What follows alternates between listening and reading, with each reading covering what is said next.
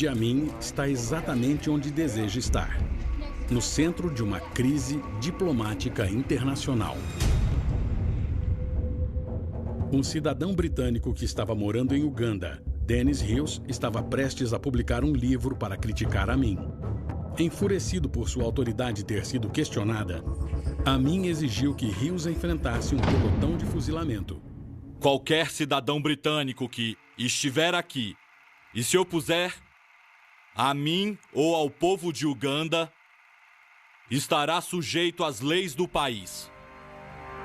Qualquer um que ameaçasse o poder dele era quase uma sentença de morte. Os britânicos sabiam que não era uma mera ameaça. Idi Amin estava no ramo da pena de morte há anos. A escala de violência era imensa. Nos 8 anos que ele esteve no poder, aproximadamente 300 mil pessoas foram massacradas.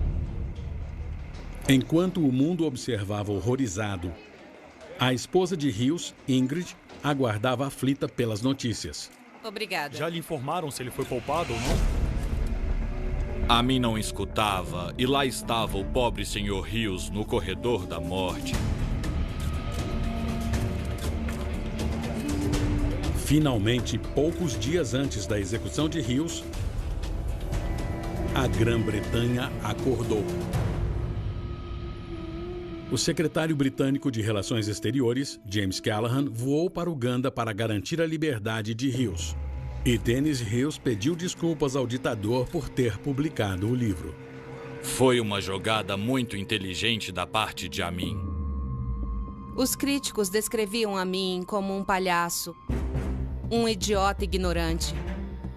Mas, na realidade, Amin era muito mais estratégico, calculista, astuto e inteligente que qualquer um jamais imaginou. Idi Amin era de origem humilde e conseguiu subir ao poder, ganhar o carinho de milhões de ugandenses e plantar o medo no coração de muitos dos seus adversários. Seria ele apenas um tirano assassino ou havia um método em sua loucura?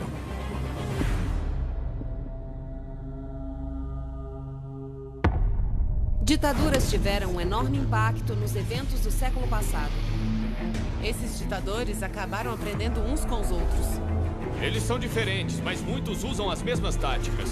Eles usam o medo, A propaganda. Controlam as elites, Criam inimigos. incitam o culto à Usam a personalidade. violência. Essas são as táticas que ditadores utilizam para se manter no poder. Ditadores, o livro de regras.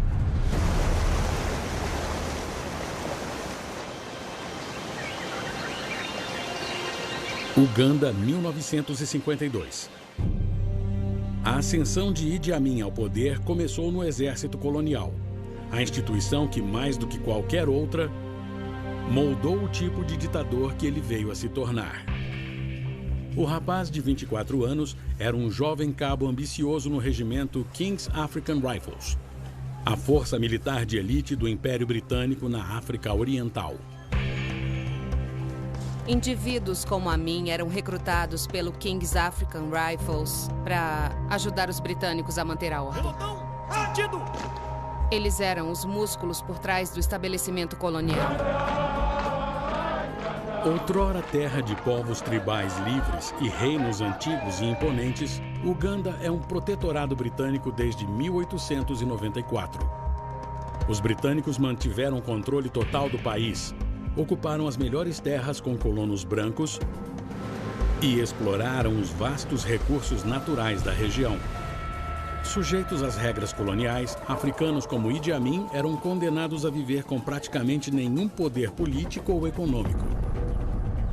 Os poderes coloniais pensavam que os africanos eram inferiores a todos os brancos. Eles eram vistos como sendo particularmente primitivos, incapazes de cuidar de si mesmos ou de se autogovernar. E Amin cresceu dentro desse sistema. Amin era de uma pequena tribo chamada Kakwa, parte da minoria muçulmana de Uganda. E como africano, Amin podia até se esforçar para se tornar sargento-major, mas ele jamais poderia se tornar um oficial comissionado. Apesar dessas desvantagens, ele estava determinado a superar as expectativas, romper barreiras e ascender na hierarquia o máximo que conseguisse. Amin estava sempre pensando em como ele poderia progredir. Quando eu entrei para o batalhão, Idi Amin era um soldado muito novato. E embora ele fosse analfabeto, praticamente sem nenhum estudo, não demorou muito para que o nome dele ficasse conhecido. Amin era forte, atlético e tinha muita habilidade no campo de tiro. Ele era conhecido por ser implacável. Coisa que os bons soldados são, eles tinham que ser. As pessoas que o conheceram quando ele era criança diziam que ele era muito violento e, de fato, ele entrava numas brincadeiras de socar outras crianças. E um dos amigos de infância dele disse que havia momentos em que, se ele não intervisse para acabar com a briga, Amin iria matar a outra criança. Mas foi no exército colonial que Amin aprendeu a controlar a violência e a usá-la a favor de seus interesses. Uma lição que ele aplicou diversas vezes em seu caminho para a ditadura. A violência é extremamente importante para qualquer ditador, porque ela pode ser usada como uma oportunidade para não só consolidar o poder, mas também para se livrar de forças opositoras e de ameaças externas. O uso da violência por Amin não era aleatório, era pensado. E o objetivo era sempre manter o domínio. Em 1953, Amin teve oportunidade de usar a violência para chegar ao poder. No Quênia, uma rebelião irrompeu e ameaçou se espalhar pela região.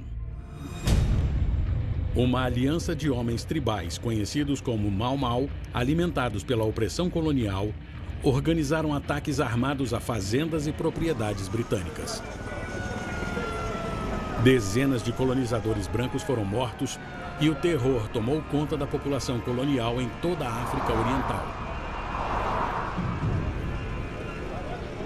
Os britânicos estavam em pé de guerra porque, pela primeira vez, eles estavam sendo atacados. O objetivo das autoridades coloniais era conter a rebelião a qualquer preço. Os britânicos resolveram o problema usando a força e a violência. Eles escolheram os melhores soldados para liderar a luta. Entre eles estava o cabo Idi Amin. Na primavera de 1953, Amin fez parte da primeira onda de forças coloniais para enfrentar os Mau Mau. Sua habilidade como guerreiro seria testada em uma patrulha noturna em meio à floresta tropical do Quênia. A lembrança que eu tenho é que Idi Amin estava, na verdade, liderando a patrulha na época. Nós caímos numa emboscada armada pela gangue dos Mau Mau. E ele foi quase decapitado. Idi reagiu extremamente rápido. Em seguida, o resto da gangue dos Mau Mau começou a nos atacar também e nós só nos enfrentamos uma vez, bem rapidamente. O conflito foi tão letal quanto rápido. Diversos membros dos Mau Mau foram mortos e o restante fugiu. Amin estava envolvido em tipos extremamente cruéis de violência contra os Mau Mau. Mas claro que isso era algo que agradava aos britânicos. Ao longo da década de 1950, com o avanço da guerra de guerrilhas dos Mau Mau, Amin viu diversos combates e desenvolveu uma reputação violenta que agradou seus oficiais comandantes. Então existia um certo nível de crueldade que ele aprendeu no laboratório colonial. E o fato dele ter sido promovido, com certeza, significava que sua crueldade era vista como funcional. Para o futuro ditador, a mensagem era clara. É com violência que se resolvem os problemas. É com violência que se consegue progredir. Em 1960, a rebelião dos Mau Mau foi praticamente exterminada. Mais de 10 mil rebeldes foram mortos e outros milhares foram presos e torturados em campos de concentração. O sucesso de Amin no campo de batalha o colocou no lugar perfeito para dar o próximo passo. Uma súbita mudança na política global estava prestes a provocar transformações profundas em Uganda. E Idi Amin teria a chance de alcançar alturas que jamais imaginou.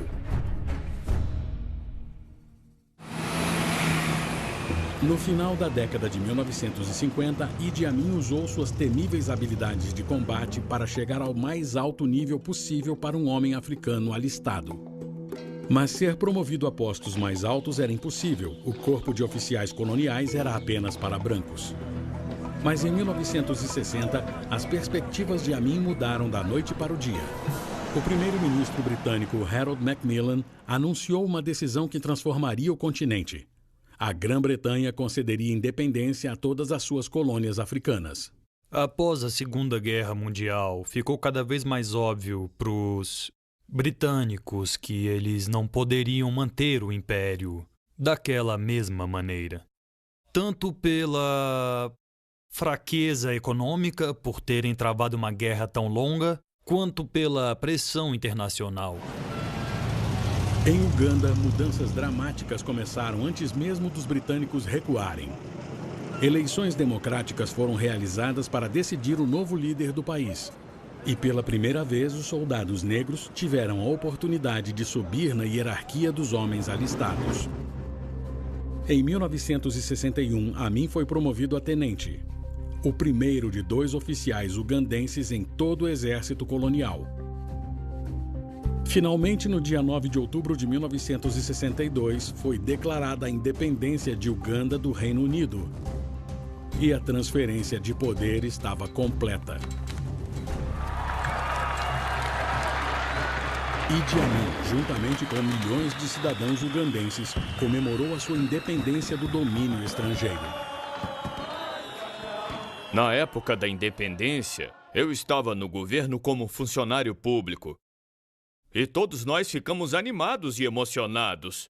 Aqui estamos nós, jovens e negros, tomando as rédeas do país. Para Idi Amin, o fim do colonialismo lhe deu um status que ele jamais sonhou ser possível. Ele finalmente tinha a oportunidade de subir ainda mais na hierarquia e se tornar o comandante supremo do exército.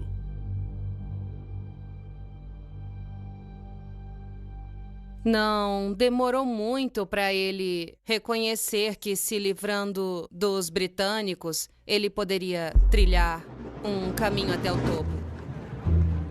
Amin se aliou ao único homem que poderia promovê-lo ainda mais.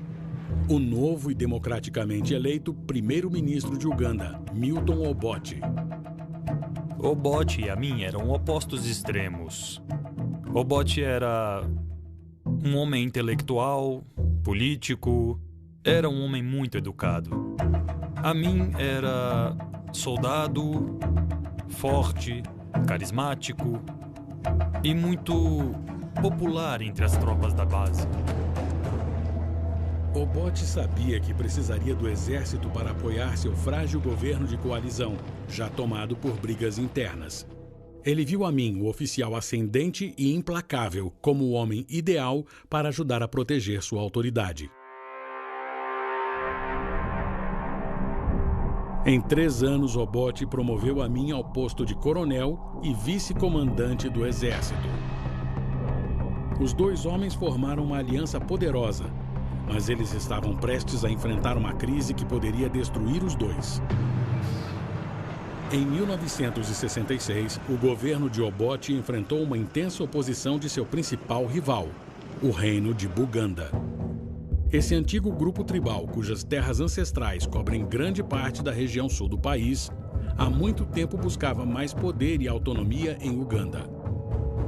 Enquanto isso, o rei de Buganda, Kabaka Mutesa II, estava liderando a convocação para uma mudança de regime. Os bugandenses alegavam que tinham desvendado uma conspiração criminosa que envolvia Obote e o homem que eles viam como seu lacaio, Idi Amin. Os bugandenses tinham razão.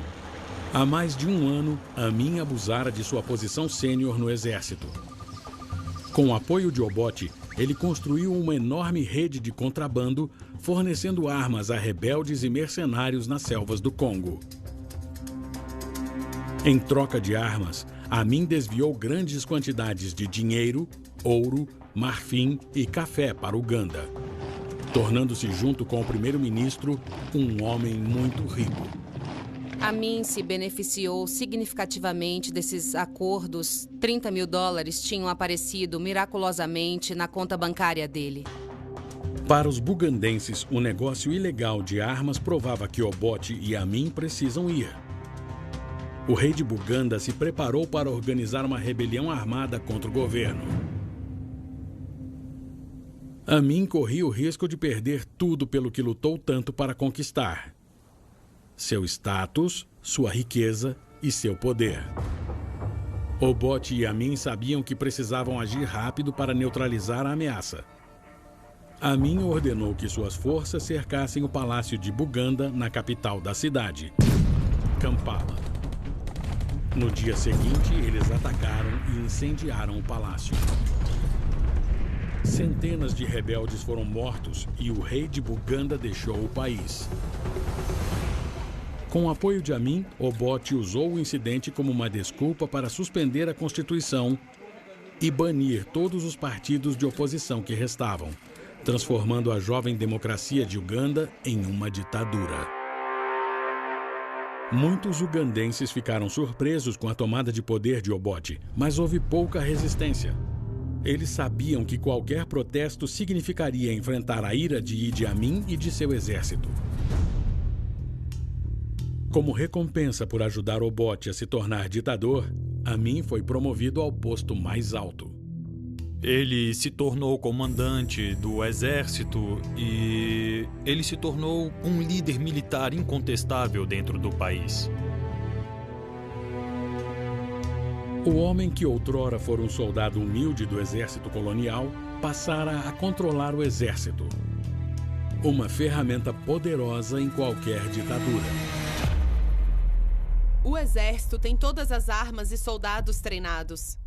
E se a ditadura quer estabelecer um monopólio sobre o aparato de coerção do Estado e também sobre o uso legítimo da violência no Estado, então é necessário total cooperação dos militares. Como comandante do exército, Amin estava mais poderoso do que nunca. Ele faria de tudo para proteger o seu posto. Amin reconhece que os militares poderiam ser o poder supremo no país e que ele não precisaria necessariamente seguir as ordens de um presidente.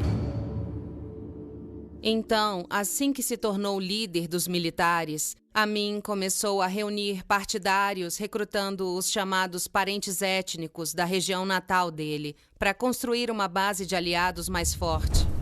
Obote percebeu o que Amin estava tramando, mas sabia que um confronto direto com seu poderoso comandante militar seria arriscado demais. Conforme Obote ficava cada vez mais ciente de que Amin poderia realmente se tornar uma ameaça ao seu poder, Obote começa a tentar encontrar um jeito de reprimi-lo. Obote recorreu à sua organização interna de espionagem para vigiar o exército e uniu os oficiais do exército com os lealistas que secretamente vigiavam Amin.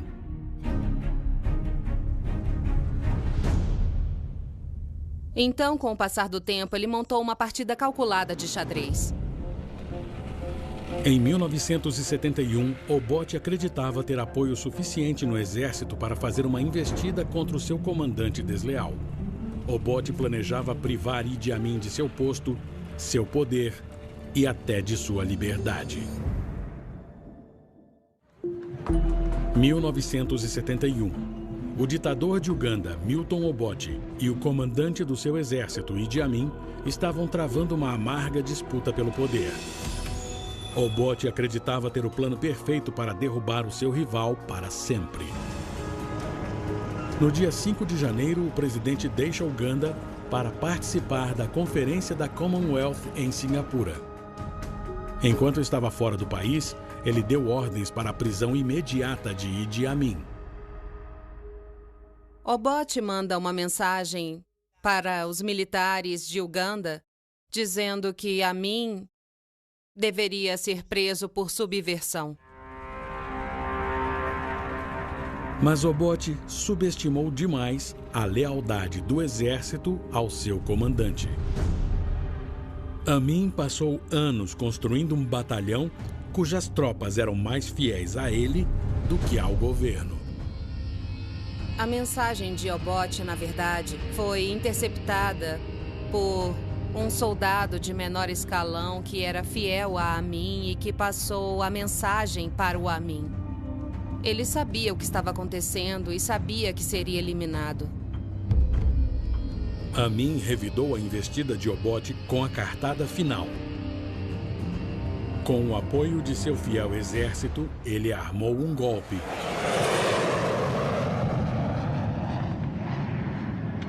Amin ordenou que suas tropas se espalhassem pela capital ugandense. Tanques cercaram a residência de Obote e bloquearam as estradas principais. Suas forças travaram batalhas armadas com as poucas unidades do exército ainda leais a Obote. Em poucas horas, a oposição foi destruída e Amin assumiu o controle de Uganda. Milton Obote, a milhares de quilômetros de casa, foi pego de surpresa. O Dr. Obote vai voltar a Uganda como um cidadão de Uganda, mas não como presidente da República de Uganda. Mas Obote não voltou para casa. Em vez disso, as forças de Amin o mandaram para o exílio na Tanzânia. Amin derrotou o seu oponente e alcançou o poder. Mas ele ainda precisava enfrentar um grande problema. Muitos ugandenses estavam extremamente desconfiados do comandante militar que estava no comando do país. Muitas pessoas estavam no limite. Elas estavam muito nervosas com o que estava por vir. Amin surgiu com uma solução política sagaz. Para ganhar o coração do povo, ele deixou suas tendências agressivas de lado e lançou uma campanha carismática por todo o país. Quando Amin chegou, as primeiras semanas foram só de viagens pelo país. Amin era um mestre estrategista. Ele era muito bom em ler as pessoas e ele sabia o que precisavam ouvir e quando. Amin assegurou ao público que, sob sua liderança, a promessa da independência finalmente seria cumprida. Melhores moradias, melhores empregos, um futuro melhor.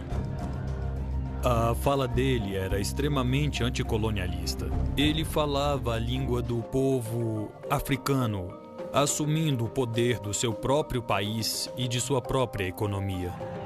Ele fez todas as jogadas certas.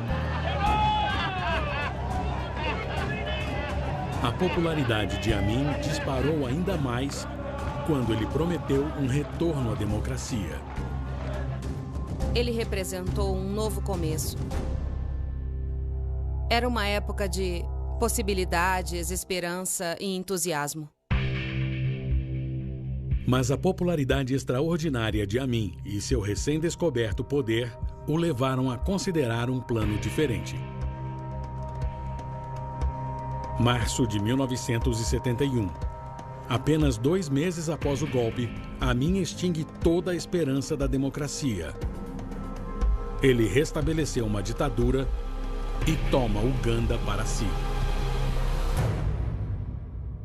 O poder corrompe. Logo, uma vez que você ocupa essa posição e se dá conta como indivíduo do que você pode fazer com aquele poder, Você quer mantê-lo em vez de entregá-lo de bandeja. Amin tinha o apoio de grande parte da classe baixa do país, mas o novo ditador enfrentava uma oposição ferrenha de muitos que ainda acreditavam que Milton Obote era o líder legítimo de Uganda. Logo no início do regime, ele estava morrendo de medo de ser derrubado. Diversos líderes militares, oficiais do governo e soldados que estavam ligados ao ex-presidente Milton Obote eram uma ameaça para mim, porque eles tinham potencial para ameaçar o governo dele. Amin estava determinado a não ter o mesmo destino do seu antecessor e agiu rápido para eliminar qualquer divergência. Ele seguiu o caminho de inúmeros ditadores que o antecederam e construiu uma arma potente para se defender e defender o seu regime contra ameaças internas. Ter o controle da polícia secreta é uma ferramenta incrivelmente importante em qualquer ditadura, principalmente no começo. Eles precisam mandar uma mensagem clara e direta: ninguém que for desleal sobreviverá ao regime. Amin começou a criar um estado policial em Uganda. Ele estabeleceu uma vasta rede de agentes secretos, espiões e fiscais em todos os níveis do governo, no exército e até nas ruas. Muitos membros da polícia secreta de Amin eram facilmente identificáveis. Eles usavam camisas floridas, óculos escuros e dirigiam carros chamativos. O que aconteceu depois que o golpe deu certo? Ele só estava interessado em como o exército agia com os que se opunham à sua liderança. A polícia secreta fez milhares de prisões, cercando alvos sem aviso prévio, dia ou noite, em quartéis militares, ruas públicas e casas particulares. Se ele suspeitasse que você estivesse conversando com algum oponente, ele não perdia tempo e te eliminava instantaneamente, sem submeter os suspeitos ao sistema judicial. Ele simplesmente cometia assassinato. No primeiro ano do regime de Amin, estima-se que 12 mil ugandenses tenham sido assassinados pelo Estado. Eles queriam certas pessoas fora do caminho, porque eles as consideravam infecções que poderiam se espalhar. E eles queriam usá-las como exemplos do que poderia acontecer com você se você saísse da linha.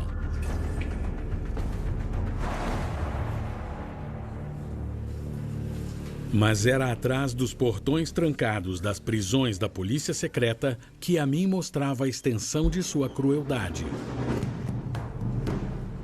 Suas câmaras de tortura se tornaram lendárias. Entre outras atrocidades, os prisioneiros eram imersos em água fervente, obrigados a bater uns nos outros com martelos e obrigados a comer sacos de sal até quase morrerem de desidratação. Muitas ditaduras recorrem ao uso da tortura porque ela garante a obediência. Na verdade, ela também serve para abalar psicologicamente as vítimas de forma bastante expressiva. Assim, elas jamais tentarão desafiar o regime novamente. Amin queria garantir que todos em Uganda entendessem o preço da deslealdade. Execuções públicas se tornaram eventos comuns. Ele queria mandar uma mensagem muito clara para os seus oponentes: a deslealdade não será tolerada. Qualquer um que ameaçasse seu poder receberia uma sentença de morte.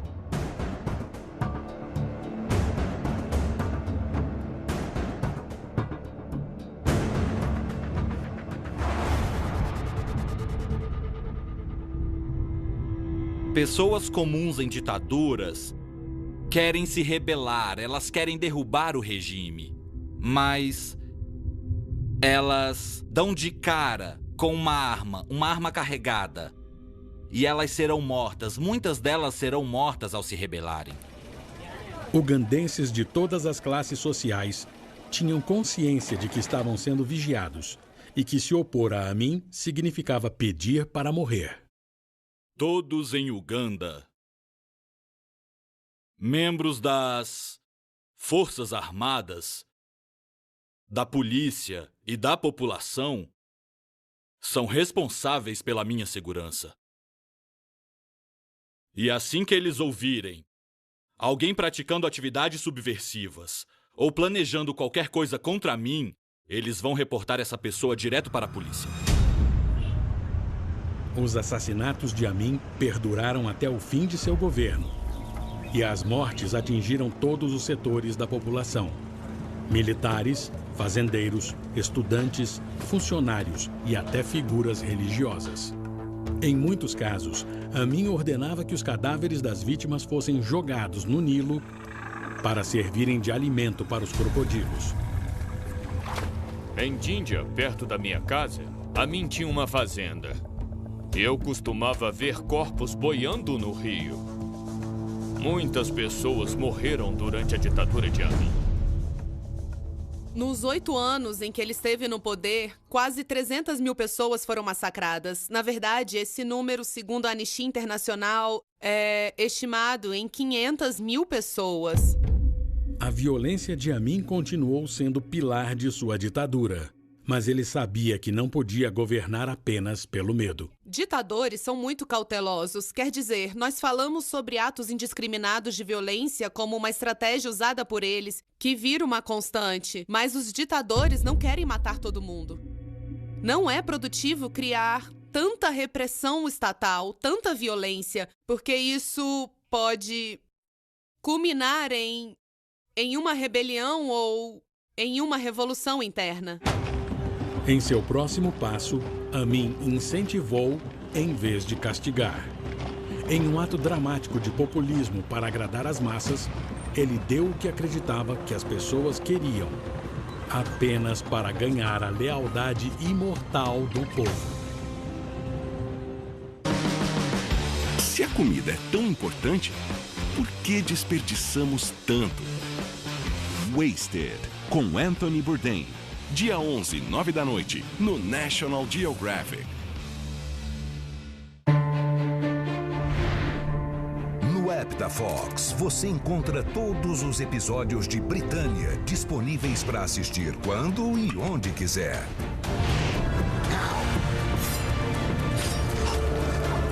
Renda-se e nada será como antes. Fox App.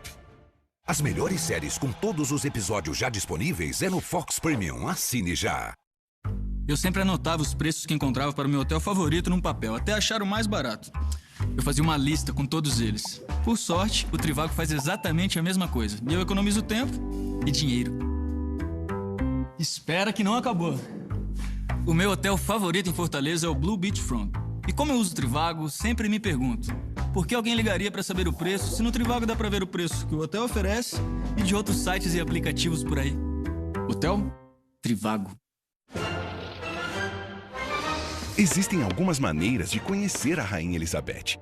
Você pode compor músicas de sucesso, aprender a tocar múltiplos instrumentos, formar uma banda reconhecida nacionalmente, formar uma banda reconhecida mundialmente, ganhar mais de 10 Grammys, ir morar no Reino Unido, contribuir para a economia, desenvolvimento e vida pública da Inglaterra, prestar um serviço considerado excepcional pelo Comitê do Palácio de Buckingham, ser nomeado Cavaleiro da Ordem Real da Rainha e, finalmente, conhecer a Rainha.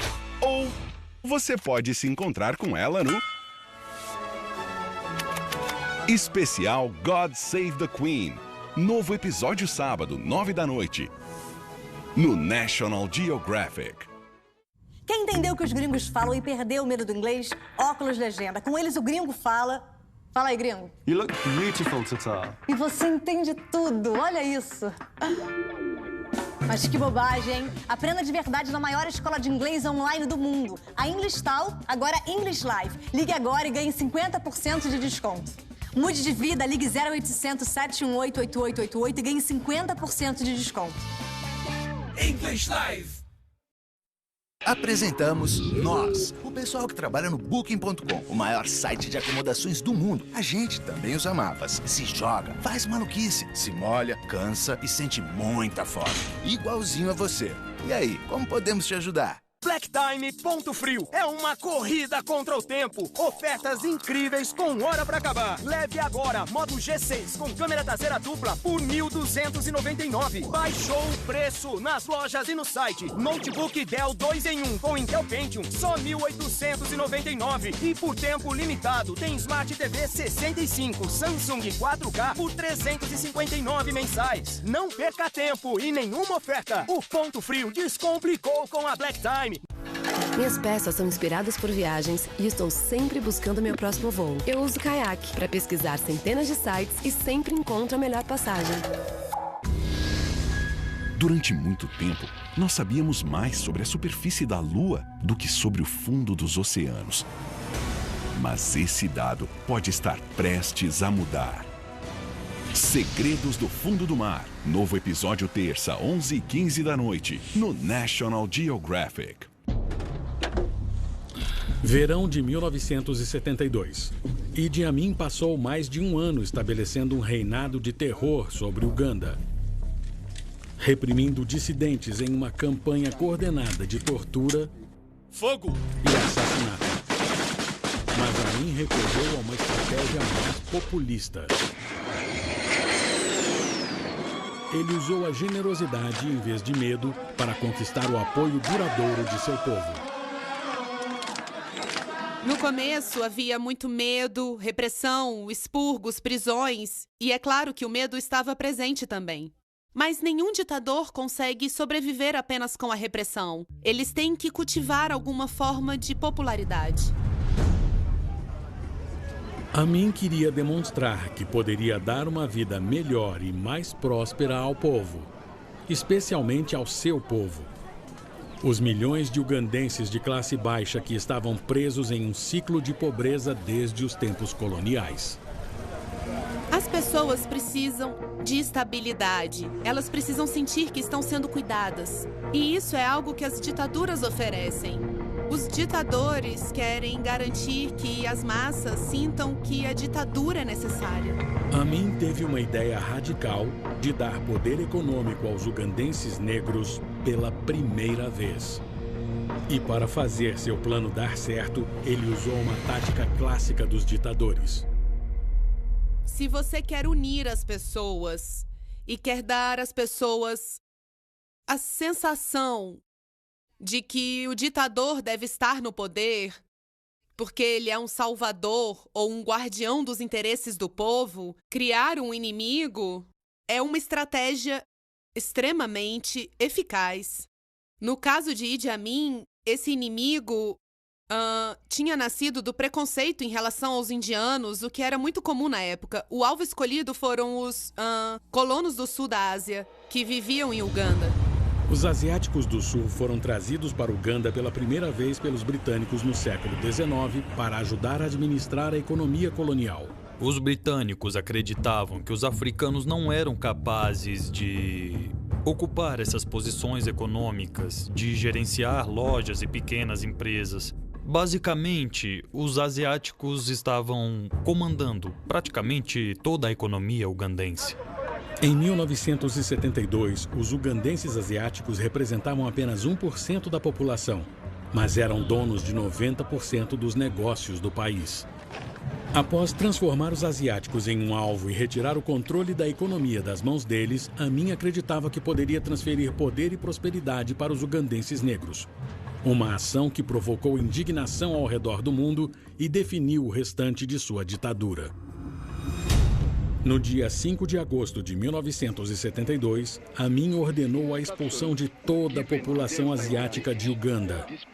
Cerca de 55 mil pessoas. O senhor quer mesmo expulsar todos os asiáticos? Sim, eles precisam voltar para o país deles. Foi no início de agosto de 1972 e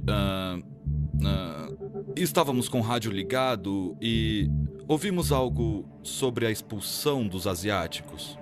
E nós não estávamos cientes e então pensamos, não pode ser, isso deve ser algum tipo de piada ou algo assim. Mas Amin provou que estava falando muito sério. O ditador deu aos asiáticos como John Nazaré e sua família apenas 90 dias para fazer as malas, fechar os negócios e planejar a emigração para um novo país. Eu entrei em pânico. Foi muito difícil. Não dava nem para levar a sério. Eu não sei se era apenas um mecanismo de defesa do cérebro para amenizar as coisas, porque você tinha que rir para não chorar. A imprensa mundial condenou Amin pela atitude drástica, recorrendo à caricatura e ao racismo pouco dissimulado para criticá-lo. A reação no exterior, particularmente no Reino Unido, foi fazer com que Amin parecesse um monstro sem coração. Eles queriam mostrar o ditador que ele havia se tornado. Mas para muitos de seus aliados em Uganda e todo o continente africano, Amin era um defensor corajoso e pioneiro dos direitos dos negros.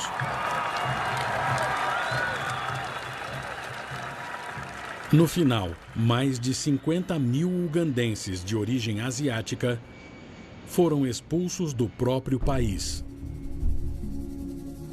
Amin expropriou as empresas asiáticas.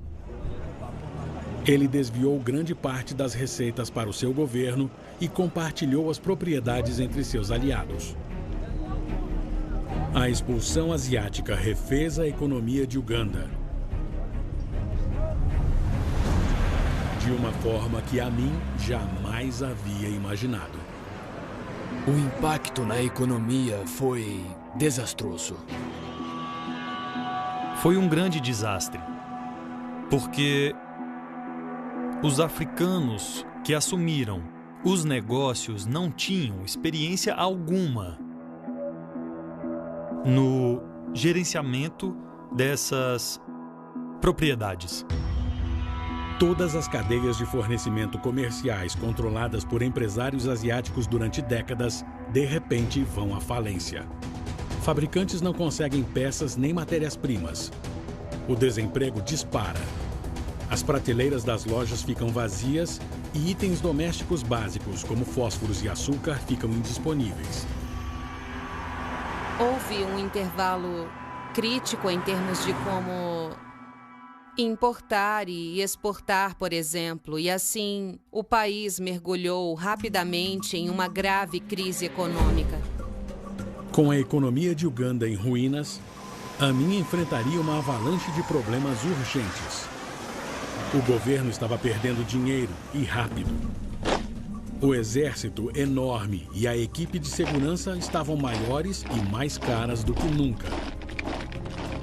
E em breve, o seu antigo oponente, ainda exilado na vizinha Tanzânia, teria uma oportunidade para se vingar. 1978, 6 anos após Idi Amin expulsar toda a população asiática, a economia do país estava à beira de um colapso total. E o exército, outrora fiel ao ditador, estava sem recursos e cada vez mais fora de controle. Amin criou um estado hipermilitarizado. Com o tempo, ele foi criando várias organizações diferentes que eram responsáveis por vários aspectos da segurança no país. Como esses grupos foram ficando cada vez mais poderosos, eles não eram mais necessariamente fiéis a ele. Então, no fim, o militarismo que havia lhe dado o poder foi o que acabou com ele. Na Tanzânia, Milton Obote observa de perto. Ele reuniu milhares de rebeldes ugandenses para unir forças com o exército tanzaniano e aguardou o momento certo para atacar. Um número crescente de exilados começou a se organizar na Tanzânia e eles estavam recebendo cada vez mais apoio internacional. Então, Amin estava sob ameaça. Em meio à crise, Amin viu uma oportunidade, uma maneira de assegurar seu regime decadente e antecipar o ataque iminente da Tanzânia. Como muitos ditadores que o antecederam, Idi Amin atacou primeiro. A guerra pode ser benéfica para os ditadores. Pode ser poderosa para desviar a atenção das pessoas de diversas falhas da maioria dos regimes autoritários. Eles precisam desviar a atenção das pessoas dos problemas que elas enfrentam. Precisam mudar de assunto. O objetivo da guerra era tentar dar aos soldados algo concreto, em que eles pudessem se concentrar para que não se envolvessem em atividades proibidas, como questionar a autoridade do Estado. Em outubro de 1978, as forças de Uganda invadiram a Tanzânia. O exército de Amin, cujas tropas ele não podia mais pagar, saqueou quase 700 quilômetros quadrados do território tanzaniano.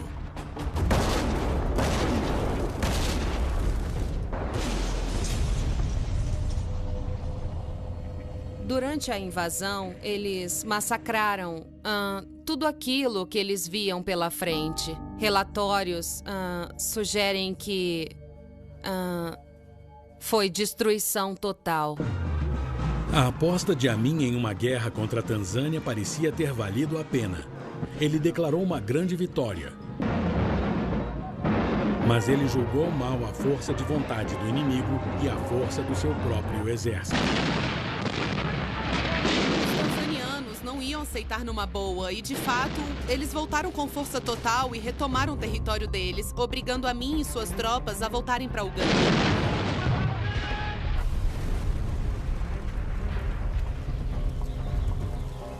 Então, as tropas de Amin estavam muito enfraquecidas no final e não conseguiram reagir. Virou uma bagunça desorganizada.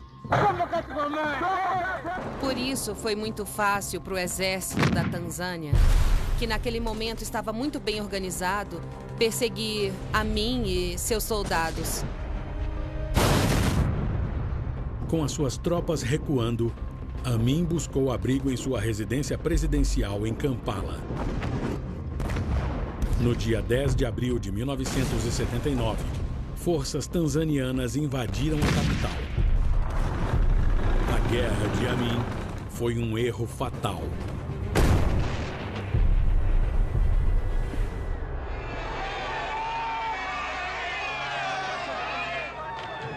Todo esse episódio, desde que Amin percebeu que estava perdendo o controle do regime, até a decisão infeliz que ele tomou e o erro que cometeu, tudo isso foi um passo em falso para Idi Amin, foi o fim dele. Por meio de uma combinação de carisma e violência brutal, com o apoio de um estado policial, Idi Amin conseguiu governar Uganda e confundir o mundo inteiro durante 8 anos. Mas finalmente chegou o fim. No dia 11 de abril de 1979, com tropas tanzanianas e rebeldes ugandenses se aproximando de seu complexo, Amin embarcou em um helicóptero do exército e fugiu do país. Milhões de ugandenses finalmente livres do governo brutal de Amin comemoraram nas ruas. Mas eles também deviam considerar o que o ditador deixou para trás: uma economia devastada e o massacre de centenas de milhares de cidadãos. Há pessoas que perderam os pais por causa de Idi Amin e nunca se recuperaram. Eu perdi meu irmão, eu perdi meus filhos, eu perdi meus parentes mais próximos. Enquanto Milton Obote retornava a Uganda para recuperar sua antiga ditadura, Amin fugia para o Oriente Médio. Lá ele aproveitou sua herança muçulmana para encontrar refúgio. Por fim, ele recebeu um refúgio seguro e confortável na Arábia Saudita. Quando Amin chegou à Arábia Saudita, ele teve uma vida confortável. O governo saudita o colocou em uma casa muito bonita. Ele conseguiu se casar com pelo menos mais 2 mulheres. E pelo que dizem, parece que Amin terminou seus dias sem ter que pagar pela violência e pelo massacre que ele provocou em Uganda. Amin viveu bastante e nunca respondeu pelos seus crimes. Ele morreu de falência renal em 2003. Mas desde a sua queda em 1979, a cultura de violência e militarismo que ele criou em Uganda continuou. O país testemunhou períodos de relativa estabilidade e paz, mas todos os sucessores de Amin usaram suas táticas para intimidar e controlar a população. Todos os líderes, desde Amin, recorreram à força militar para manter o poder e reprimir dissidentes. Em grande parte porque eles aprenderam com Amin que a violência é efetiva e a violência funciona. A violência manifestada e apoiada pelo militarismo de Amin ainda perdura e é um de seus legados mais duradouros.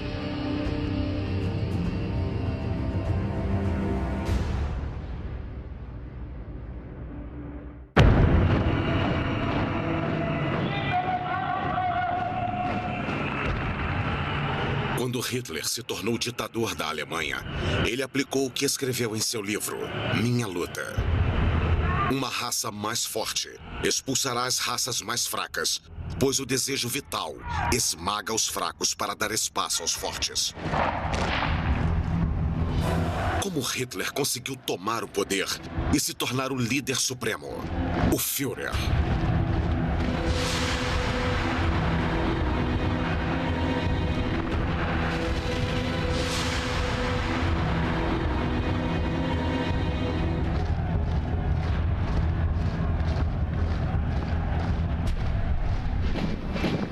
1929. O Congresso do Partido Nazista é o verdadeiro começo do que o autor dramático alemão Bertolt Brecht chamaria de ascensão irresistível de Adolf Hitler. A nova e devastadora crise econômica, originária dos Estados Unidos, havia causado um caos no mundo todo, principalmente na Alemanha.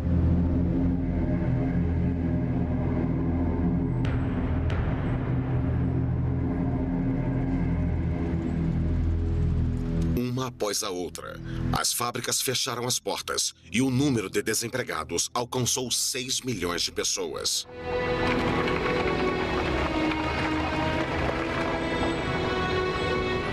Desesperados, muitos alemães recorreram aos nazistas ou aos comunistas, que também tinham suas tropas paramilitares completas com uniformes.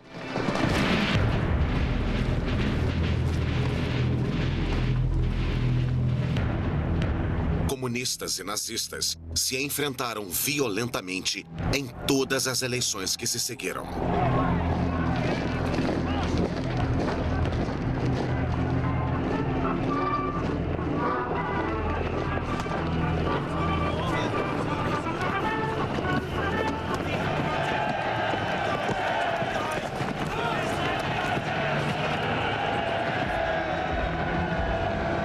Hitler provocou a desordem, mas, ao mesmo tempo, afirmava ser o único homem capaz de detê-la. Essa tática de chantagem provou ser eficiente. Hitler trouxe os donos de pequenos negócios e de propriedades para sua causa, denunciando a ameaça da praga vermelha. Os igualitários marxistas. O resultado foi incrível. Hitler era então o líder do segundo partido político do país depois do social-democrata.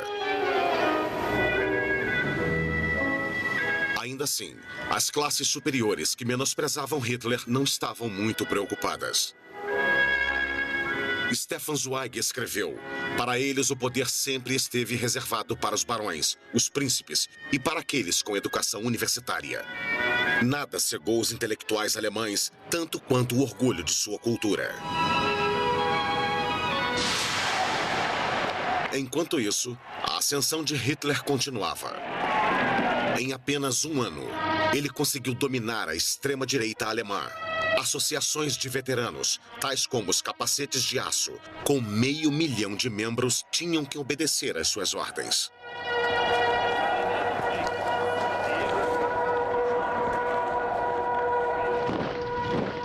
Por trás de sua postura de dominância, Hitler havia acabado de sair de um escândalo que poderia tê-lo arruinado. Boatos de um drama pessoal circulavam na imprensa. Ele tinha uma paixão secreta por sua própria sobrinha, Jelly Roll, de 23 anos. Ele a amava irracional e possessivamente.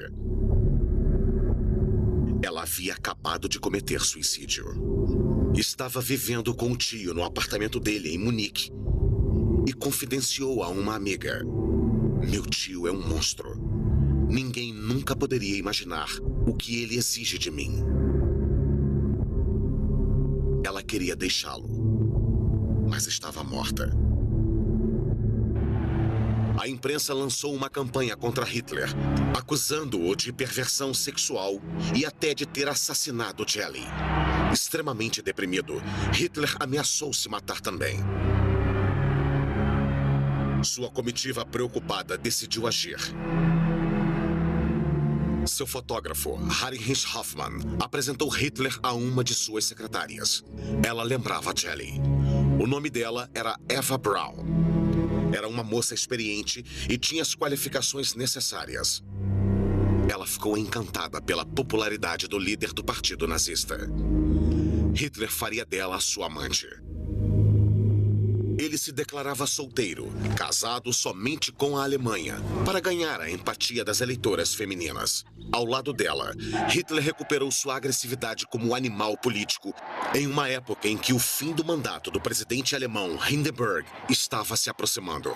Hitler se candidatou para sucedê-lo em 1932. 10 anos depois de sua tentativa de golpe e prisão, Hitler estava prestes a se tornar presidente da Alemanha. Os alemães foram submetidos a uma intensiva campanha feita com pôsteres. O chefe da propaganda nazista Joseph Goebbels idealizou uma campanha ultramoderna para a eleição usando aviões, uma novidade na Europa. O maior avião comercial da época foi fornecido pelo diretor das linhas aéreas Lufthansa, que não se opunha à oportunidade de fazer propaganda de graça.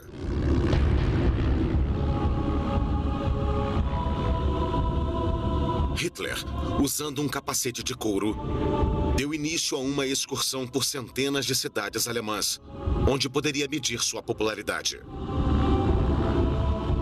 Seu piloto, Hans Bauer, relembrou: "Decolávamos em qualquer tipo de clima, até durante tempestades. Cancelar um comício estava fora de questão." As pessoas acabaram perdendo o medo de voar. A conclusão de Hans Bauer foi que Hitler contribuiu para a expansão do tráfego aéreo. Goebbels inventou o slogan: "O Führer sobre a Alemanha." Ele fabricou o mito de Hitler como o salvador supremo durante essas campanhas aéreas, cuidadosamente filmadas e depois exibidas por todo o país.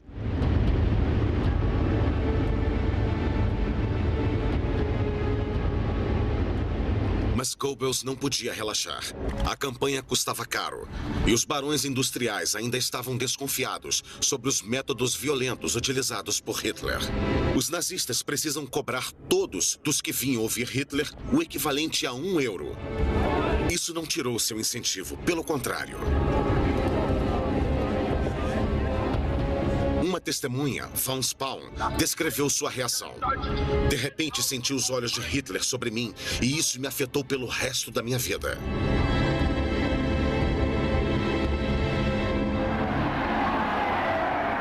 De abril de 1932. Uma semana antes das eleições presidenciais, Hitler reuniu 100 mil cidadãos de Berlim, cansados dos partidos tradicionais, aparentemente incapazes de enfrentar a nova crise.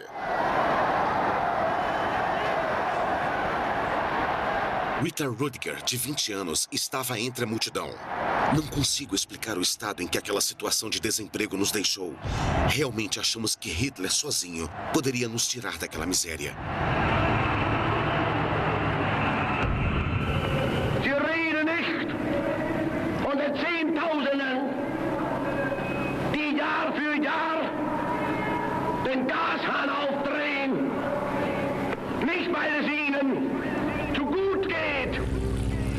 Com seu discurso pseudo-social, Hitler se tornou um sério candidato à presidência.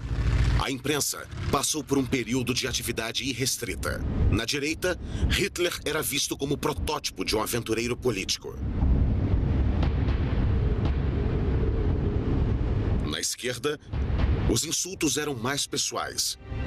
Hitler era descrito como homossexual, um trapaceiro louco, um charlatão vaidoso, um tirano de fachada com seu chicote de couro.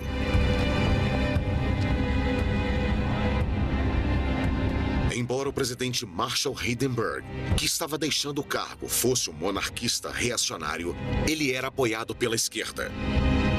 Esse paradoxo refletia o perigo cada vez maior da ascensão de Hitler, como enfatizava seu oponente mais determinado, o líder do Partido Social Democrata, Otto Wels. Es ist keine Minute Zeit mehr zu verlieren. Nur einen Gedanken, ein Ziel kann es noch geben. Der Faschismus muss geschlagen werden bis zur Vernichtung. Arbeit und durch für die Freiheit, die Republik und die deutsch-geschaffene Arbeit. 10 de abril de 1932. O veredito é anunciado. Hitler não seria presidente. 13 milhões de alemães votaram nele.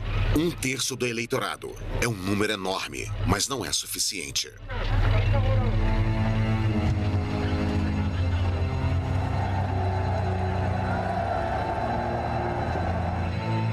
Hindenburg, reeleito graças aos sociais-democratas, quer se libertar da dependência que tem deles. E Hitler, dando continuidade à sua ascensão irresistível, recomeçou sua campanha. Ele fazia 5 discursos por dia. Sua comitiva ficou exausta. Alguém de seu círculo íntimo disse: éramos como auxiliares que precisavam fazer seu boxeador voltar à forma entre os rounds. Porém, Hitler se alimentava das multidões. Ele se entusiasmava por seu próprio ódio. Die Gegner werfen uns Nationalsozialisten vor und mir insbesondere, dass wir intolerante, unverträgliche Menschen seien. Wir wollten, sagen sie, mit anderen Parteien nicht arbeiten. Die Herren haben ganz recht. Wir sind intolerant. Ich habe mir ein Ziel gestellt, nämlich die 30 Parteien aus Deutschland hinauszufegen. Para Hitler, o primeiro partido a ser eliminado na campanha eleitoral de 1932 era o Partido Comunista. As tropas de choque receberam uma tarefa. Agora, eles somavam 400 mil homens, que se autofinanciam, pagando por seus uniformes e equipamentos. Um deles, Rolf Taubert, trabalhava numa loja de doces em Hamburgo. Ele estava pronto para unir sua unidade motorizada de última hora.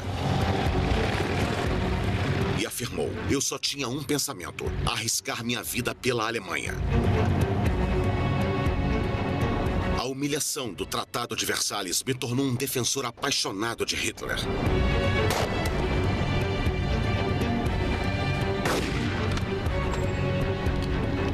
Havia companheirismo, solidariedade e orgulho no uso do uniforme. Nós, que tínhamos vergonhas de sermos jovens demais para ter lutado na Grande Guerra, tiramos vantagem da experiência dos mais velhos.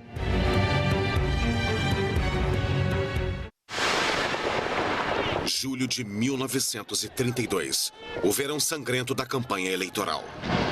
As tropas de choque da SA, com a cumplicidade da polícia, promoviam batalhas nas ruas contra os comunistas. 100 mortos e vários feridos foi o total entre os comunistas. Muitos alemães, exaustos pela desordem e pela impotência do governo, aprovaram os atos violentos dos nazistas. O resultado foram 230 nazistas eleitos para o parlamento. Hitler se tornou o líder do partido político mais forte do país. Julho de 1932. O poder estava em seu alcance pela primeira vez. Porém, a euforia logo deu lugar à frustração. O presidente Hindenburg se recusou a nomeá-lo seu chanceler, chefe do governo. Ele disse a Hitler: Perante Deus, minha consciência e a minha terra natal, não posso entregar o poder a um partido tão intolerante quanto o seu.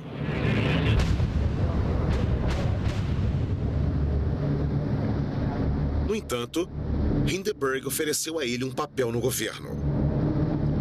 Mas Hitler não se considerava um político comum à procura de um cargo ministerial. Ele queria todo o poder para estabelecer um Estado totalitário. Em poucas semanas, Goebbels, o chefe do vasto grupo parlamentar nazista, obteve sucesso em paralisar a administração democrática. Nenhuma maioria podia ser formada. Goebbels anunciou que estava na hora de dissolver a Assembleia, que não refletia mais os anseios do povo. Era preciso convocar uma nova eleição, a terceira em um ano. Ela aconteceria em novembro. Ele via essa eleição como uma chance de avançar. Energie und die Zähigkeit gehabt, von den damaligen 1000 Mann vor 10 Jahren bis heute 14 Millionen zu machen. Und ich werde aus den 14 Millionen die 20 und die 30 Millionen machen. Novembro de 1932. Os resultados das eleições são uma frustração terrível para Hitler. Cercado por seus seguranças pessoais da SS, ele repensa sua falha. Hitler perdera 2 milhões de eleitores. Goebbels disse: tivemos um contratempo. Hitler se recusou a entrar para o governo e os eleitores não entenderam por quê. Amargurado, Goebbels leu os artigos da imprensa estrangeira. O Londonderry Herald escreveu: o hitlerismo como força polícia está morto. O jornal francês Le Populaire, editado pelo eminente socialista Léon Blum, destacou em sua manchete: o fim de Hitler. Mas não. 3 meses depois, Hindenburg, ainda enfrentando a impossibilidade de formar uma maioria, finalmente nomeou Hitler chanceler da Alemanha. 30 de janeiro de 1933. Um estudante de Berlim, Sebastian Hafner, escreveu: acabei de ouvir as notícias. Estou aterrorizado. Por um instante, até consigo sentir o cheiro de sangue e lama. Vejo algo perigoso, como a grande pata suja de um predador, arranhando o meu rosto com suas garras. Para alcançar seu objetivo, o lobo se disfarçou de cordeiro. Hitler acalmou Hindenburg, pedindo apenas 2 ministérios para os nazistas. O ministro do interior seria um policial de Munique chamado Wilhelm Hermann Frick, com Hermann Göring ao seu lado também para controlar a polícia. 2 cargos-chave. Hitler avançou através de subterfúgios. Seu objetivo era mostrar que os ministérios mais importantes haviam sido dados a conservadores. Franz von Papen, um ex-chanceler, e ao homem forte da extrema-direita, Alfred Hudenberg, ministro da Economia e Agricultura, um linha dura, agressivo e autoritário. Hitler chamou seu governo de Gabinete da Concentração Nacional, para fazê-lo soar como uma coalizão nacionalista em vez de um governo predominantemente nazista. Esse corpo reacionário acreditava que podia controlar Hitler.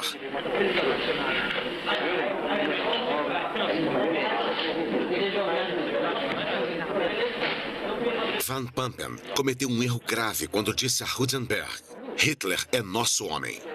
E Hudenberg respondeu: vamos fiscalizá-lo. Nessa mesma noite, dia 30 de janeiro de 1933, em Berlim e em todas as outras grandes cidades alemãs, Goebbels organizou um desfile à luz de tochas com um grupo veterano dos capacetes de aço, a SS, e de forma destacada as tropas de choque da SA.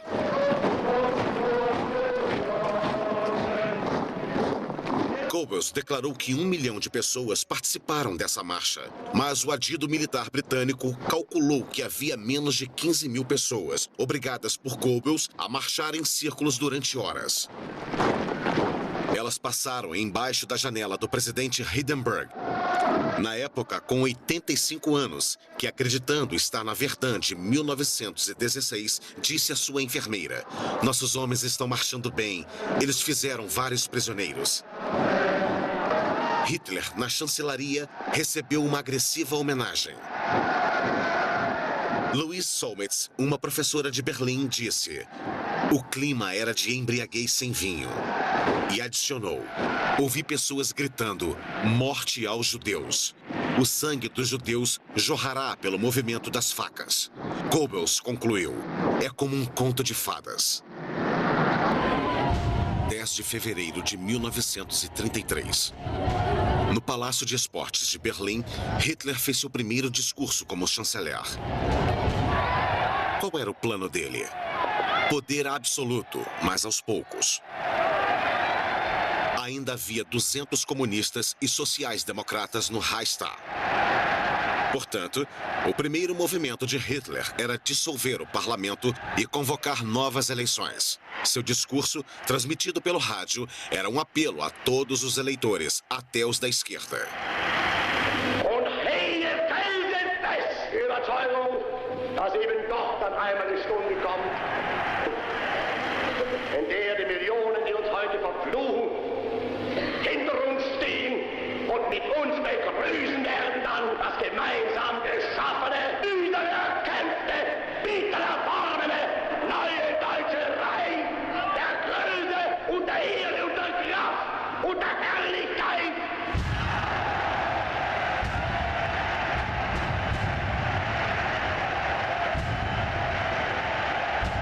Com esse discurso relativamente conciliatório, Hitler continuou a avançar usando uma máscara. Goebbels, porém, queria esclarecer as coisas retornando à base, o antissemitismo e a violência como base para o eleitor nazista. Und wenn die jüdischen Zeitungen heute glauben, auf versteckte Drohungen die nationalsozialistische Bewegung einschüchtern zu können, sie sollen sich hüten. Einmal wird unsere Geduld zu Ende sein und dann wird den Juden das freche Lügenmaul gestopft werden.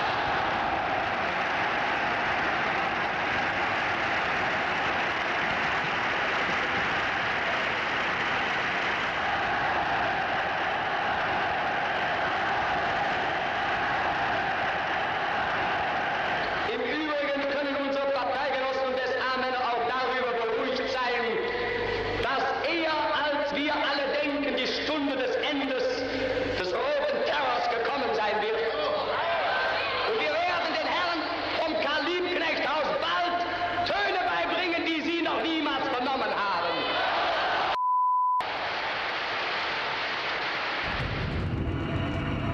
Apenas 2 semanas depois, em Berlim, o grande Reichstag, o prédio do parlamento alemão, queimou num incêndio durante a noite. Não sobrou nada desse poderoso símbolo da democracia alemã.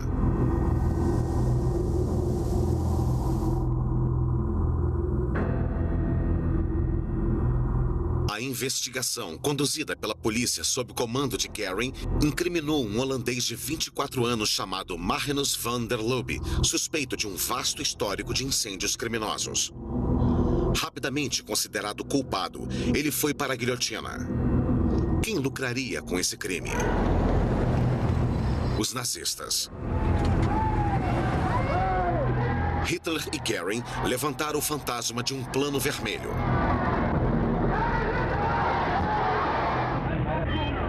Göring prendeu 4.000 comunistas, incluindo os líderes.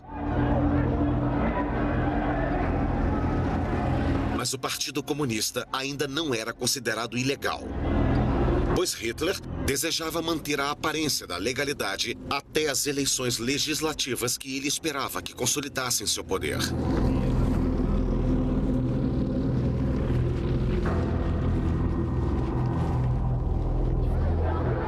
Os alemães, irritados com as campanhas eleitorais e com a desordem, viam voltar o movimento das tropas de choque em todo o país para proteger a população dos ataques comunistas, como diziam os nazistas.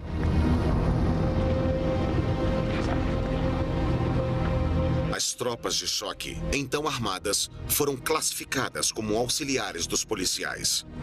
Em toda a Alemanha, as tropas assumiram posições em frente aos quartéis dos partidos esquerdistas e dos sindicatos dos trabalhadores. Mais uma vez, eles fomentariam a violência enquanto Hitler continuava a jogar o baralho eleitoral para garantir que o presidente Hindenburg ficasse cada vez mais exausto.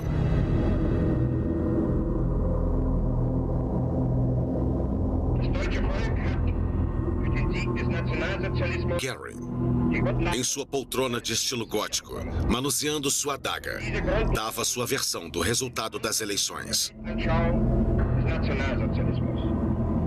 Der 5. März bedeutet für einen Mann und eine Bewegung einen gewaltigen Sieg.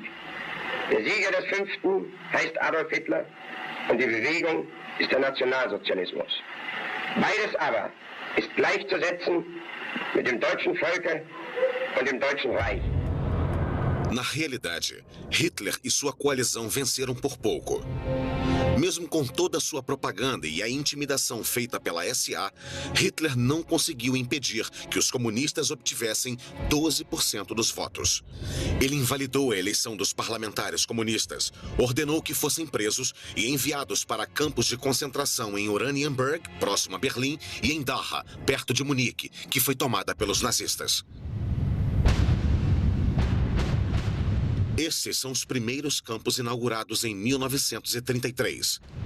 O número de prisioneiros políticos aumentou durante os primeiros meses de regime. O estudante comunista Klaus Bastian registrou: os guardas nos chicoteavam e nos empurravam dentro de uma água congelante. Temíamos por nossa vida sempre, dia e noite. A versão nazista era de que esses parlamentares, empregados civis, veteranos e líderes de sindicatos estavam sendo reeducados.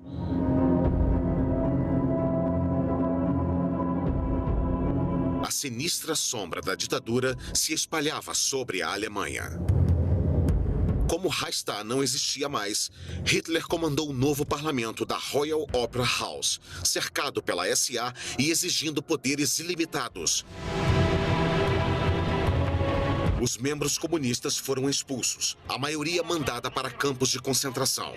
Os 94 democratas sociais restantes tomaram coragem para votar contra Hitler. Eles também seriam presos e mandados para os campos, ou forçados a fugir do país.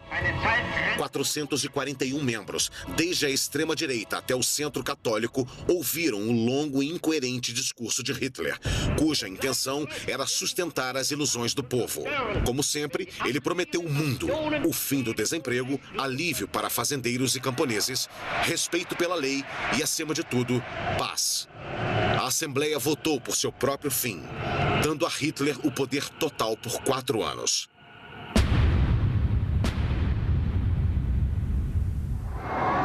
O presidente Hindenburg não podia mais contestar as decisões do chanceler. Ao som de euforia, a democracia na Alemanha morria.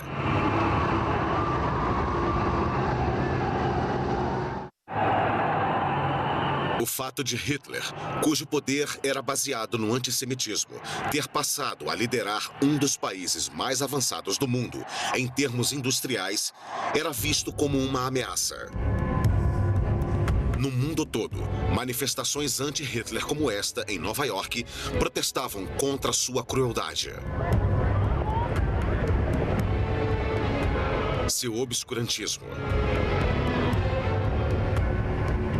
e sua atitude antissemita. Todos pediam um boicote mundial contra produtos alemães. Para dissuadi-los, Hitler ordenou um boicote de um dia às lojas de donos judeus na Alemanha, o que deveria soar como um aviso. Os judeus na Alemanha ficaram horrorizados ao verem a SA espalhar o seguinte aviso: nem um centavo para o capitalismo judeu. Comprem produtos alemães. Os judeus são a causa da nossa decadência. Foi o início da perseguição. Edwin Landau, dono de uma grande loja no leste da Prússia, escreveu antes de emigrar para a Palestina com sua família: eu mudei completamente em poucas horas. Este país e seu povo, que eu respeitava e amava até então, de repente se tornaram meus inimigos. Eu não era mais alemão, ou não tinha mais o direito de ser alemão. Eu tinha vergonha de ter um dia pertencido àquela nação. Tinha vergonha da confiança que eu havia depositado em tantas pessoas que agora haviam tirado a máscara e se revelado como meus inimigos.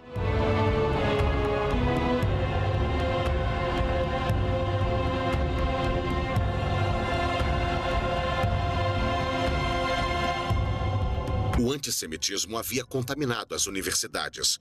O nazismo estava pervertendo a mente das pessoas, fazendo-as se voltarem contra toda a cultura moderna, impondo uma ideologia intolerante e castrada que levaria os estudantes a queimarem livros. O líder socialista francês Léon Blum escreveu: era necessário que na Alemanha comunistas e sociais-democratas lutassem juntos. Os sociais-democratas estavam dispostos a isso, mas, para os comunistas, Moscou já havia dado suas ordens. Nenhuma aliança com sociais-democratas descritos como sócio-traidores. As ordens suicidas de Stalin foram um presente a Hitler.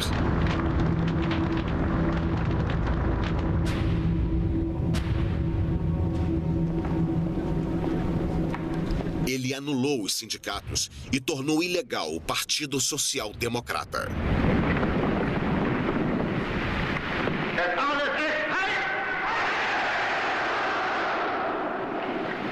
Die große Zeit ist jetzt angebrochen. Deutschland ist nun erwacht. Die Macht haben wir nun in Deutschland gewonnen.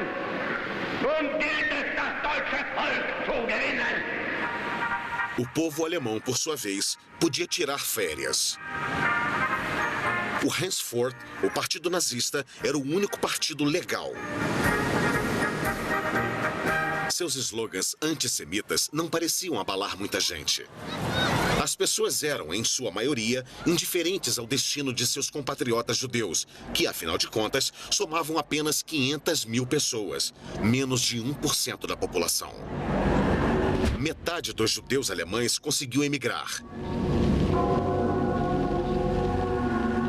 Gerda Blankman lembra: conseguimos embarcar sob a condição de desistir de tudo que era nosso.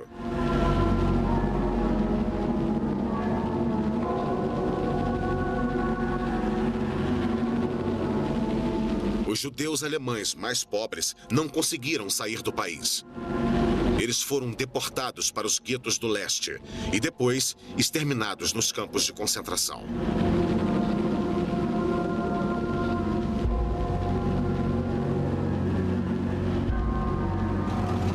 Os que se opunham ao regime fugiam se conseguissem para onde era possível, principalmente para a França, onde mais tarde acabaram sendo presos pela ocupação alemã durante a guerra e entregues aos nazistas.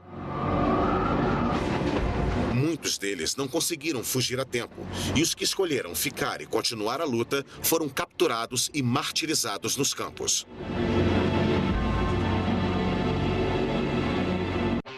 O regime totalitário.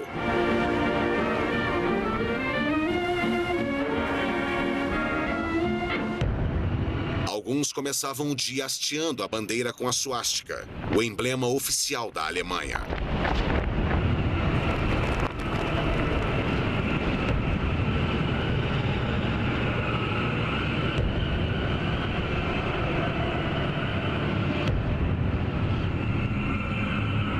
Outros, já que Hitler havia calado a imprensa, liam apenas jornais nazistas. As filhas deles também aprenderam a saudação compulsória. Seus filhos entraram para o Hitlerjugend, o movimento da juventude de Hitler, que aprimorava suas tendências agressivas. Na escola, os professores mostravam aos alunos como manusear armas.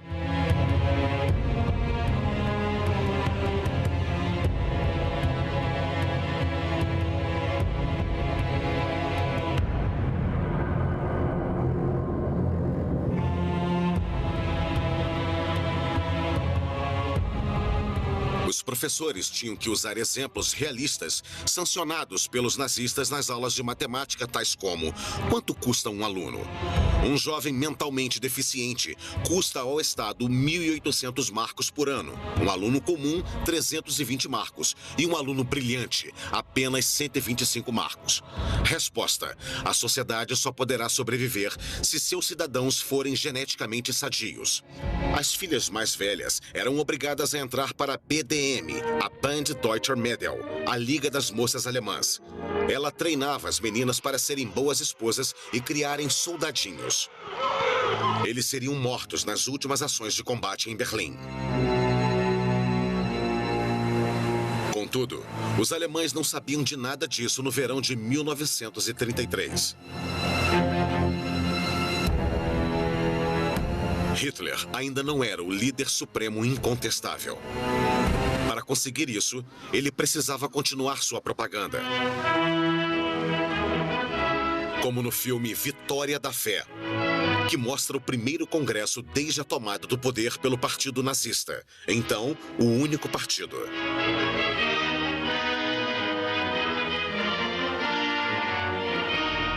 Hitler estava fascinado pelo talento da jovem diretora Leni Riefenstahl, que o encantava com sua energia e beleza.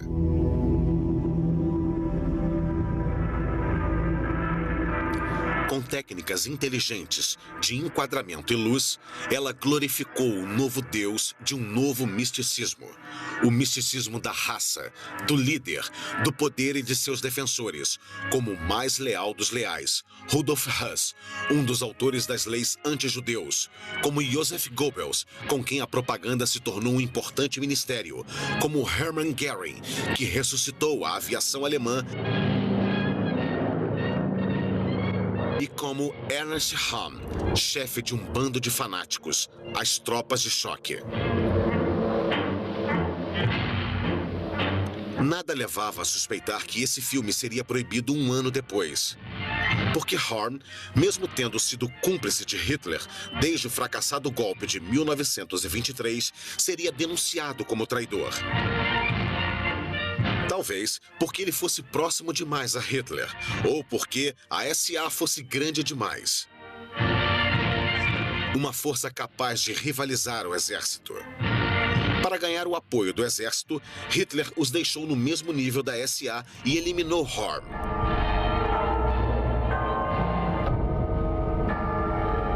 Tudo começou no verão seguinte, quando Hitler viajou para a Itália para se encontrar com Mussolini em Veneza.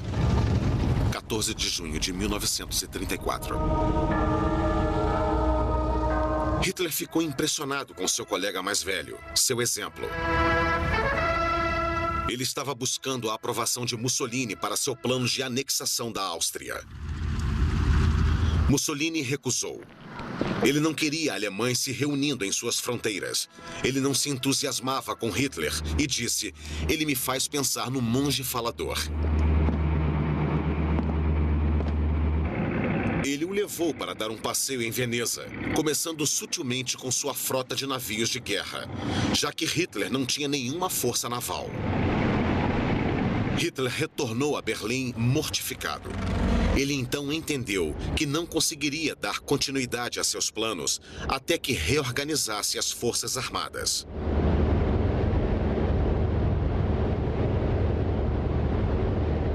Hitler passou a observar as manobras do Reichswehr, o exército alemão, reduzido a 100 mil homens pelo Tratado de Versalhes.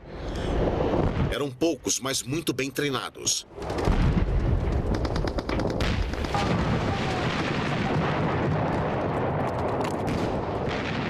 Hitler sabia que para guerrear, ele precisava de generais, almirantes, oficiais competentes, estrategistas e especialistas treinados.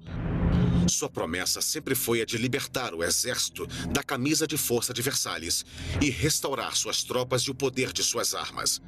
Mas os generais queriam mais, em especial, se livrarem de Röhm e de suas tropas de choque que estavam em posição de suplantar o exército.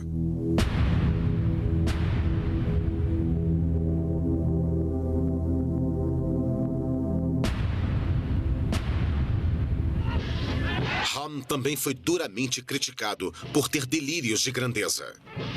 Ele roubou a atenção de Hitler. Os industrialistas estavam preocupados com a declaração de Hahn de que a Revolução Nacional Socialista não havia terminado. Goebbels disse, ele é um bolchevique disfarçado. Eles foram parceiros no crime durante 15 anos, mas a decisão do Führer era firme. Eliminar Hahn sob o pretexto de que ele havia planejado um golpe de Estado. Hitler escolheu seus executores. Himmler, chefe da SS. Heydrich, líder da Gestapo. Sepp Dietrich, um ex-açougueiro que liderava os guarda-costas do Führer. Entre os dias 30 de junho e 2 de julho de 1934, das facas longas, a SS assassinou Hahn, outros possíveis oponentes e testemunhas do passado de Hitler.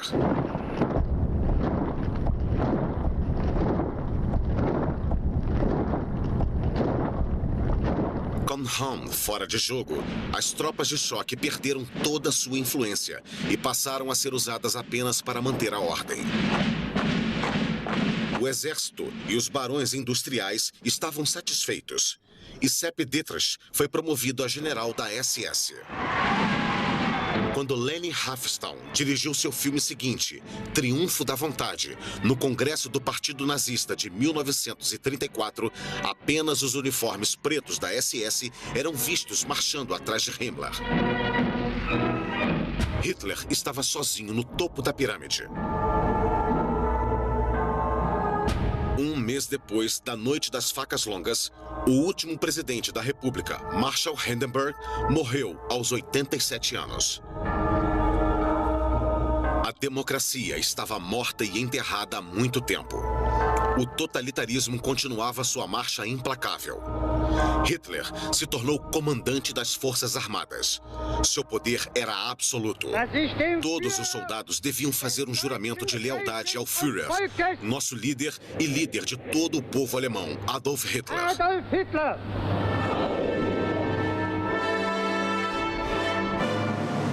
Bayreuth.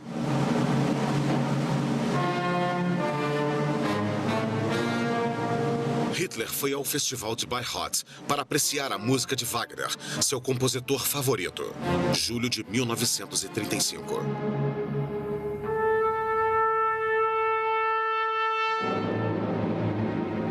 A nora do compositor, Winifred Wagner, que o apoiou durante seu difícil começo, passou a saudá-lo como mestre da Alemanha. Hitler podia, então, olhar para trás e ver a que distância chegou. Ele conseguiu realizar o sonho de sua juventude, encarnar Rienz, seu herói wagneriano favorito, que se sacrificou por seu adorado povo.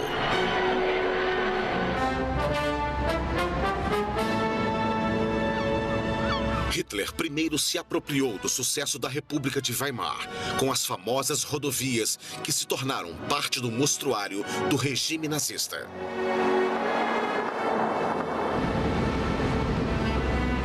Em seguida, Hitler atacou aprovando as leis raciais de Nuremberg.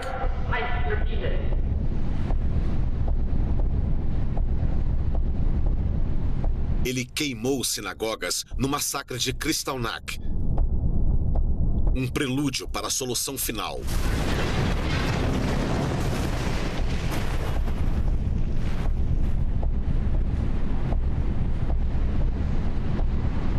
E violou o Tratado de Versalhes, reocupando zonas desmilitarizadas em 1919. A fraqueza mostrada pela falta de reação da França ou da Inglaterra levou Mussolini a se aproximar de Hitler, permitindo que ele anexasse a Áustria, se aproximando do que ele chama de missão: integrar todos os povos falantes do alemão em uma Alemanha maior. Ele interviu na sangrenta Guerra Civil Espanhola, enviando seus bombardeiros para aniquilar as populações de Guernica, garantindo a vitória para os fascistas de Franco sobre os republicanos espanhóis.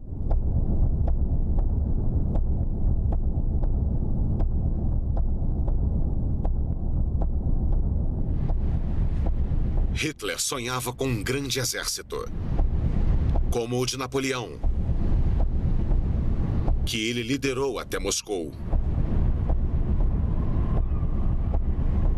Ao mesmo tempo que proclama seu desejo por paz. Wir wollen einst ein Reich sehen, und ihr müsst euch schon dafür erziehen. Wir wollen, dass dieses Volk einst gehorsam ist, und ihr müsst euch in den Gehorsam üben. Wir wollen, dass dieses Volk einst friedliebend und aber auch tapfer ist, und ihr müsst friedfertig sein.